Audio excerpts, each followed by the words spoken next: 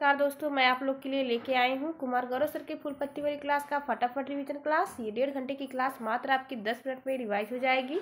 इस क्लास के hand retain notes भी आपको टेलीग्राम चैनल पर मिल जाएंगे। यदि आप चैनल पर नए हो तो चैनल को सब्सक्राइब अवश्य करें ताकि आपको नोटिफिकेशन मिलता रहे।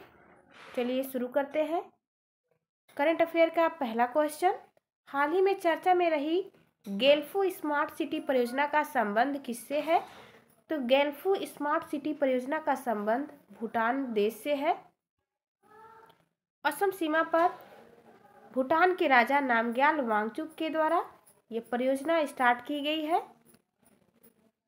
भूटान की राजधानी थिम्पू है, याद रखेंगे। अंतर्राष्ट्रीय शहर, इसका प्रमुख उद्देश्य है शून्य उत्सर्जन की बात करना और प्लस ध्यान यानी मेडिटेशन की बात करना। प्रश्न है, लैंड ऑफ थंडर बोल्ट किसे कहा जाता है? तो ये भूटान देश को कहा जाता है। कई बार एग्जाम में पूछा गया क्वेश्चन है। भारत की पहली और सभी स्मार्ट सिटी, पहली है भुवनेश्वर, स्वामी सिक्किम का शिलांग है। दूसरा क्वेश्चन, आईपीएल नीलामी 2024 में खरीदे गए सबसे महंगे खिलाड़ी कौन है? तो आईपीएल नीलामी 2024 इसमें सबसे महंगे खिलाड़ी मिचेल स्टार्क बने हैं।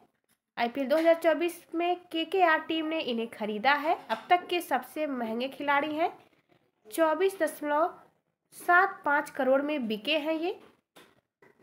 सेकेंड नंबर पे है पेंट कमिंग्स, 20 यानी 20.5 करोड़ में बिके हैं। सनराइजर्स टीम ने इन्हें खरीदा है। पहला याद रखेंगे क्योंकि ये सबसे महंगे अब तक के इतिहास में बिके हैं, मिचेल स्टार्क आईपीएल 2024 के लिए। आईपीएल इतिहास का सबसे महंगा भारतीय खिलाड़ी अब तक का कौन है? तो युवराज सिंह है, जो कि 16 करोड़ में बिके थे। मल्लिका सागर ये पहली महिला नीलामी कर्ता बन चुकी हैं। तीसरा क्वेश्चन, हाल ही में अब्देल फतह अल सीसी तीसरी बार किस देश के राष्ट्रपति चुने गए हैं? तो राष्ट्रपति चुने गए हैं अब्देल फतेह मिसी, थर्ड बार चुने गए हैं मिस्र देश के। इन्होंने संविधान में 2 संशोधन किया। पहला संशोधन हुआ कार्यकाल को लेकर के, पहले 4 वर्ष का था, अब इसे बढ़ा करके 6 वर्ष कर दिया गया है। दूसरा संशोधन संविधान में हुआ है, पहले राष्ट्रपति 2 बार चुने जा सकते थे, अब यह 3 बार चुने जा सकते हैं।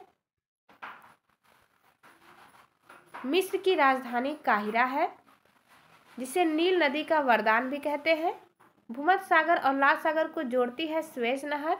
ब्लू नील एंड व्हाइट नील नदी आपस में कहाँ मिलकर ये नील नदी बन जाती है? तो ये खार्तूम में मिलती है, ब्लू नील और व्हाइट नील। आसमानाबाद नील नदी पर स्थित है। ब्रिक्स के नए सदस्य कौन है? तो ब्रिक्स के नए 6 सदस्य देश शामिल हुए हैं। चौथा क्वेश्चन, हाल ही में डार्क मैटर की खोज के लिए पृथ्वी पर सबसे गहरी जिनपिंग भूमिगत प्रयोगशाला किसने प्रारंभ की है? तो पृथ्वी पर सबसे गहरी जिनपिंग भूमिगत प्रयोगशाला चीन के द्वारा स्टार्ट किया गया है। प्रकाश के साथ ये कोई भी रिएक्शन नहीं कर सकता है। 2400 मीटर गहरी है ये लैब।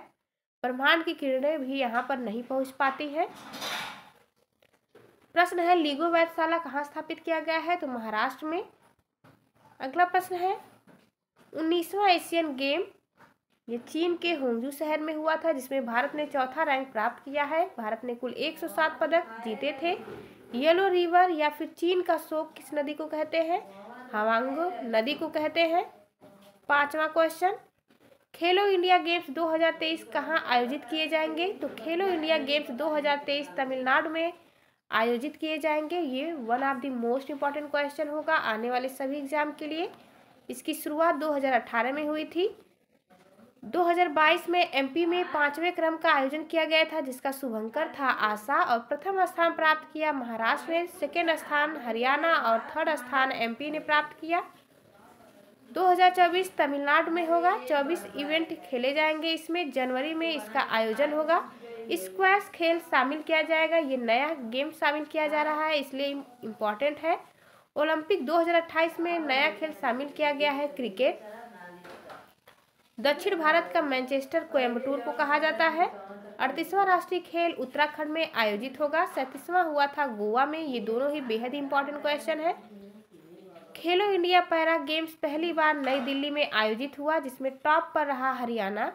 लौटते मानसून से वर्षा किस तट पर होती है? तो लौटते मानसून से वर्षा कोरोमंडल तट पर होती है।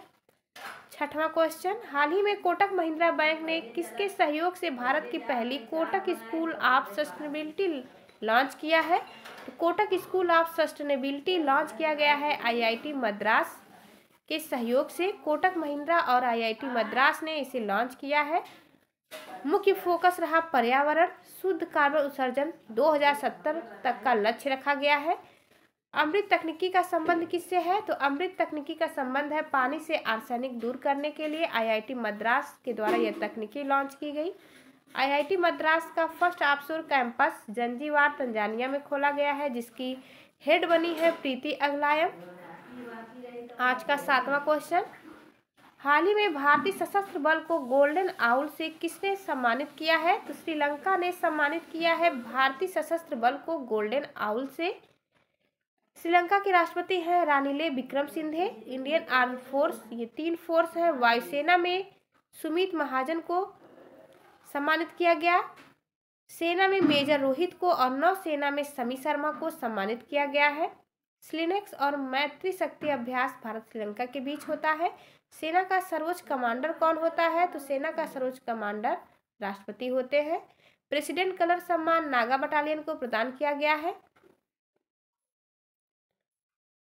8वां क्वेश्चन, विजय हजारे ट्रॉफी 2023 की विजेता टीम कौन सी है? तो विजय हजारे ट्रॉफी 2023 की विजेता टीम गुजरात है।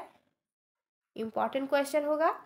ये खेल किस खेल से संबंधित है? तो क्रिकेट खेल से संबंधित है। विजय हजारे ट्रॉफी गुजरात ने इसे जीत लिया है। राजकोट गुजरात में आयोजित हुआ था। विजेता एक बार फिर से देखते हैं। विजय हजारे ट्रॉफी 2023 की विजेता टीम, यदि विजेता टीम पूछा जाएगा तो हरियाणा होगा। इसका आयोजन कहाँ हुआ था? तो आयोजन हुआ था गुजरात में। दोनों अलग अलग क्वेश्चन होंगे। विजय हजारे ट्रॉफी 2023 का आयोजन गुजरात के राजकोट में हुआ था, लेकिन विजेता रहा हरियाणा। उपविजेता राजस्थान रहा। इसमें cricket trophy, Deodhar trophy, Duleep trophy, CK Naidu, Ranji trophy, Vijay Hazare trophy और ईरानी कप, ये सभी क्रिकेट के महत्वपूर्ण ट्रॉफी हैं जो कि बार बार एग्जाम में पूछे जाते हैं। डूरंड कप और संतोष ट्रॉफी फुटबॉल खेल में दिया जाता है। डूरंड कप 2023 मोहन बगान ने जीता है। अगला प्रश्न है, हाल ही में राष्ट्रीय कौशल विकास निगम ने भारतीय मजदूरों के अधिकारों की रक्षा के लिए किसके साथ समझौता किया? तो सऊदी अरब के साथ समझौता हुआ है। 2 एग्रीमेंट किए गए हैं। राष्ट्रीय कौशल विकास निगम, जिसे NSDC भी कहा जाता है, और सऊदी अरब के बीच ये समझौता हुआ है। मजदूरों के अधिकार की रक्षा के लिए इससे समझौता किया गया है। एग्रीमेंट हुआ है एजेंट का भी पंजीकरण करवाना अनिवार्य होगा। इंडियन नेवी और IIT कानपुर के बीच रिसर्च के लिए एग्रीमेंट हुआ है। इसे भी याद रखेंगे नोट पॉइंट में। प्रश्न है, 41 मजदूर कहाँ फंसे थे? तो 41 मजदूर हाल ही में सिल्क यारा सुरंग में फंसे थे। ये एग्जाम में अवश्य पूछा जाएगा क्वेश्चन। 10वां क्वेश्चन आज का, हाल ही में आनंद विवाह अधिनियम कहाँ लागू हुआ है? तो आनंद विवाह अधिनियम जम्मू कश्मीर में लागू हुआ है। सिख समुदाय जम्मू कश्मीर के पहले विवाह पंजीकरण हिंदू विवाह एक्ट के द्वारा करते थे, लेकिन अब सिख समुदाय के लोग आनंद विवाह एक्ट यानी कि सिख समुदाय के लिए विवाह का एक्ट लागू किया गया है। प्रश्न है, लिथियम का भंडार हाल ही में कहाँ प्राप्त हुआ है? तो लिथियम का भंडार जम्मू कश्मीर में प्राप्त किया गया। दाचिगम राष्ट्रीय उद्यान जम्मू कश्मीर में स्थित है। Thank you for watching. चलिए मिलते हैं आपसे अगली वीडियो में, तब तक के लिए नमस्कार।